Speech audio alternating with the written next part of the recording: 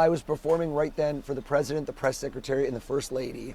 It's kind of like a pivotal moment in the trick where you're just about to do the reveal of like, wow. And we hear commotion.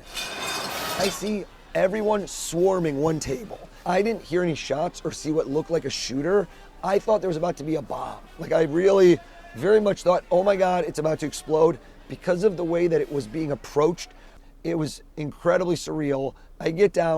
I kind of get down on all fours facing left, stage left. They rush across to get POTUS, and the president gets like taken down by Secret Service, and we don't know what's going on. And he came down. You can look at the video, I don't know the distance, but less than a foot away from me. I'll never forget the image for my whole life because I'm on all fours, turned like this. They bring the president down directly in front of me, and we just look at each other for about 2 seconds. And my mind, obviously, this is like a huge adrenaline, is just like, oh no, are we about to die? Because I thought it was about to explode. I thought that was really my instinct. Then I heard what sounded like I thought were shots. So at that point, my mind shifted. I also wasn't sure if he was hurt. They pick him up kind of, and they go out, and then we're on all fours. And I see Courtney, and I see one or two of the other people that are at the dais, and we're like, are they shooting? Like, we don't know what's going on. So I don't want to get up. So we army crawl. She went first, and the rest of us army crawl out because we didn't want to stand up because I don't want to get hit. I thought there might be somebody still shooting. Okay, so many things need to be talked about this. I know this happened a couple days ago, and I've been a little bit busy, but now I'm back online, and my number one thing is, why in hell is this man around the President of the United States of America? Why is he around any type of government official at all? If anybody knows who this man is, he is Oz Perlman. Oz the Mentalist is a renowned Israeli-American mentalist, magician, and author. Now, that being said, Israeli-American, we already have so many speculation in this country from so many Americans that Israel is playing a part in how our government in the United States of America is being ran. And now we're having a magician putting words and visuals in front of the President of the United States and the First Lady. Number two, why was this being filmed? Why was the cameraman intentionally looking at President Trump and Oz do this magic trick when you can't even hear exactly what was going on with the magic, with the session?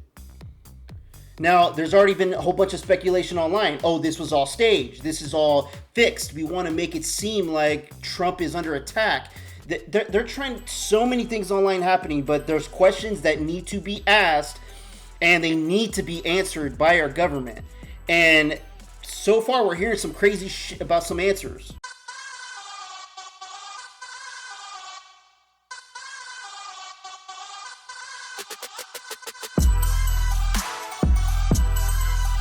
You see the security moving quickly, right, within seconds, grabbing the vice president by his coat, lifting him up, bringing him out.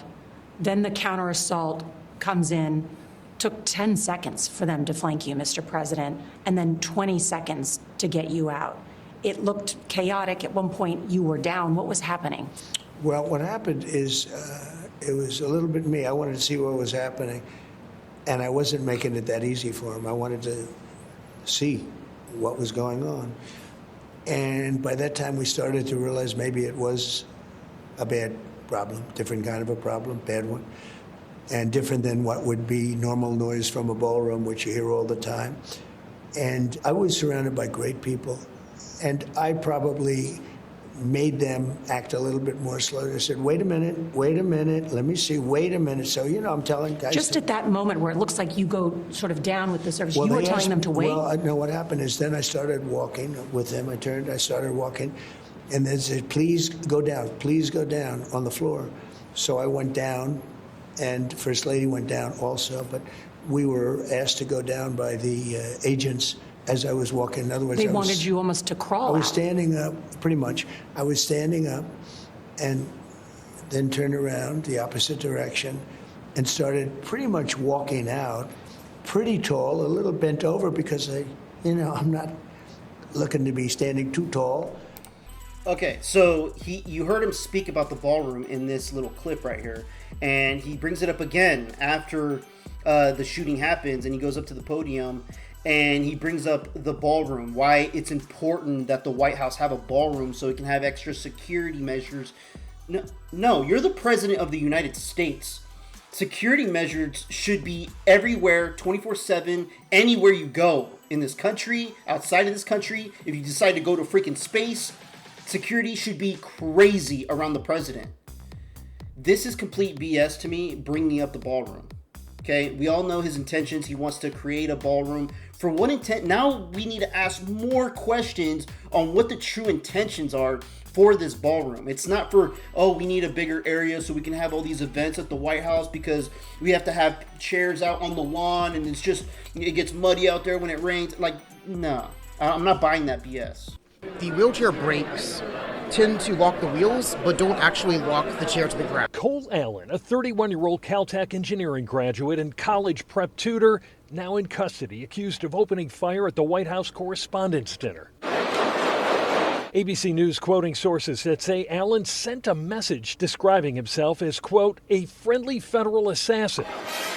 Acting Attorney General Todd Blanche saying it does appear that Allen was targeting people in the Trump administration, including the president. And an Eyewitness News exclusive, we interviewed a man who appeared to be Allen when he was a student at Caltech. The idea with this is to prevent it from moving at all. We found him at an aging conference. He had designed a new way to make wheelchairs safer. The wheelchair brakes tend to lock the wheels, but don't actually lock the chair to the ground. That was back in 2017. Today, according to his LinkedIn profile, Allen was working for C2 Education, a private company that prepares students for college entrance exams.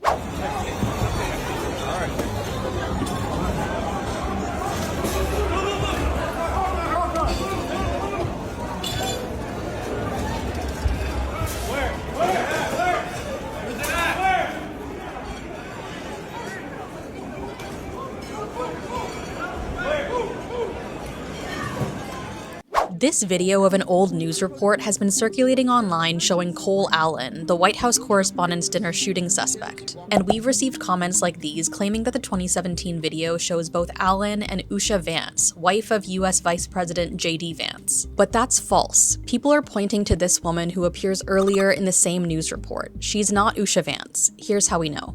The video was part of a local news story from Los Angeles TV station KABC-TV. It covered a conference featuring tech startups showcasing products that could help seniors. Cole Allen was a Caltech student at the time and was interviewed about a prototype for a wheelchair emergency brake. 18 seconds into the video, you see this woman in front of a sign that says Small Circles, one of the startups. We found the startup was based in Santa Monica, California, and local news reports said the founder and CEO was Arathi Desai Wagabaza.